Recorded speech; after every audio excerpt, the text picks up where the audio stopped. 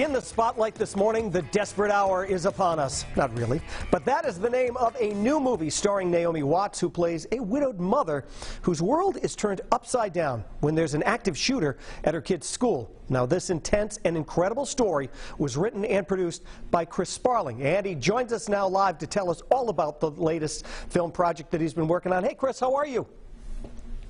I'm good, Will. How are you? Good to see you, and thanks for doing this today. Now, when we last talked, it was at the height of the pandemic, and you had been home, and you were writing one of your last movies and sending things off. How are things going with you now? I mean, better. You know, like a lot of us, kind of the same in a lot of ways too. You know, this movie was one that was shot in the middle of COVID, even pre-vaccines. And so it's been a very interesting process to produce a movie where A, I never stepped foot on set, and B, everything was done remotely, you know, people around the world. The craziest example was one day, I just remember the movie was being scored, and the symphony that was arranged was in, I want to say like Hungary or somewhere. And I'm watching them from like my kitchen on my laptop. So. Wow. So how does that work? Look, I mean, you obviously put a lot of time into writing a movie like this.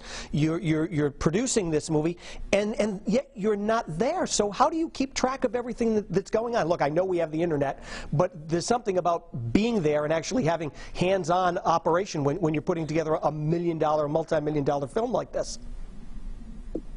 Yeah, I mean, there were other producers who were on set, but you know, just speaking for myself, I wanted to be. You know, I had kind of that's what you work towards. You know, there's so much work that goes into getting a movie to the starting line in the first place, and then when it finally does get greenlit, I mean, that's the fun. And so yeah, I mean, it was different to be doing that, like I said, remotely, where I'd be watching video dailies at the end of each day, watching takes, giving notes, comments, and then all through post-production doing that, working with the director, Phil Noyce, even with Naomi, just, again, kind of doing the process, but in a way that it's something that we're all familiar with. I mean, That's what we're all doing in all of our professions right now. So it's, you know, it's not too foreign, I guess. All right, let's get down to business. Tell us about this movie and what was the inspiration and how what we can look forward to when we go to see this.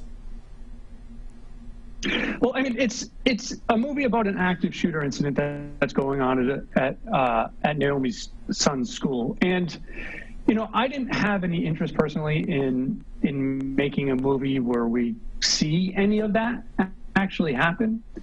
I just, as a parent, I mean, I have that strangely unique American fear of this sort of thing even happening all too often and way too much. And yeah, I mean, I didn't want to make a movie where we see the actual violence and everything else. So instead, I wanted to tell the story about someone, the mother, who was on the outside trying to find out if their child is okay and everything else, and doing everything she can to try to be there for her child. You know, because I think that kind of gets lost in a lot of these situations, is that it radiates out. I mean, the movie is called The Desperate Hour. The original title was called Lakewood, which is the fictional name of the town where this takes place.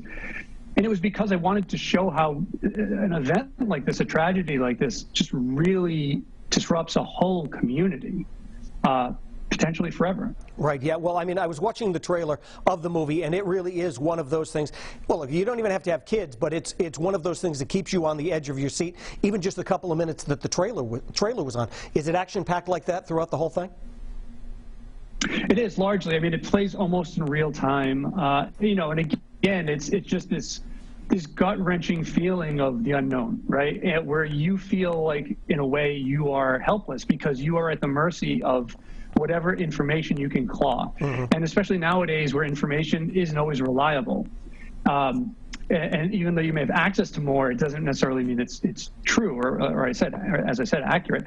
And that helpless feeling you have, and I mean, in any circumstance, any emergency situation, you know, and doing what you can as an average person to just be helpful, to be there, in this case, for your child. Right. And now quickly, it'll be in movie theaters, and then it's also going to be streaming, correct? Yeah, February 5th, it's going to be in select theaters. Hopefully, Rhode Island is among those select theaters, but it will be also out on VOD for you to download on things like iTunes and everything else the same day. Well, Chris, thanks so much for being with us. The Desperate Hour is expected to hit theaters in February.